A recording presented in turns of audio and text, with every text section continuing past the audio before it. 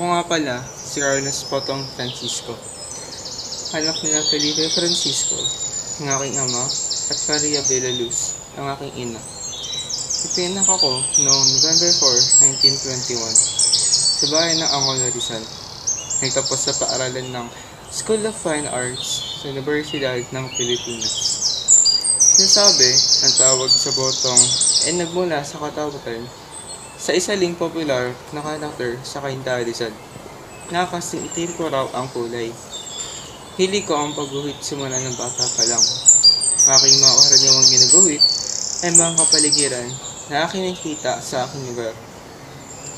Gaya nito ang mga bayanihan at mga evolusyonaryo na kung saan nagpapakita ito at nagpapaalala sa mga susunod na henerasyon para alagaan ang ating kultura at tradisyon.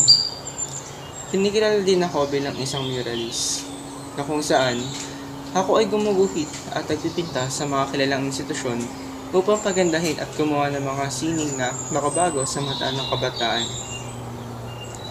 Isa sa mga pinakakilala na aking nilikha ay ang History of Medicine para sa Philippine General Hospital, Bayanihan para sa Philippine Bank of Commerce at Paglalarawan sa buhay ni Saint Domingo. Matapos sa mga gawaing sining na makapanibago sa makabataan at tanging kinagustuhan ay kalaunan ay tumanggap ng karangalan noong 1944 sa pesta ng Angono, Rizal. Nagsimula rin magtrabaho bilang isang layout artist Philippine sa The Philippine Herald Tribute at nakasama sa mga nagtatag ng 13 Modern noong 1938 na nagtamo ng unang natimpala sa kauna-unang National Art Exhibition ng Art Association of the Philippines na nagaganap sa National Museum noong 1948. May naglulok sa akin bilang maging isang kagalang-galang at nangungunang sa sining ng bansa.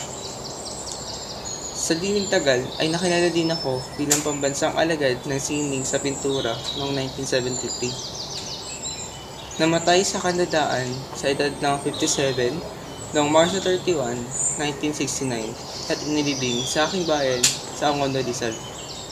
Ang aking hiling lamang sa mga susunod na henerasyon ay respetuhin at alagaan ng ating tradisyon, kultura, lalo na ang ating kapaligiran.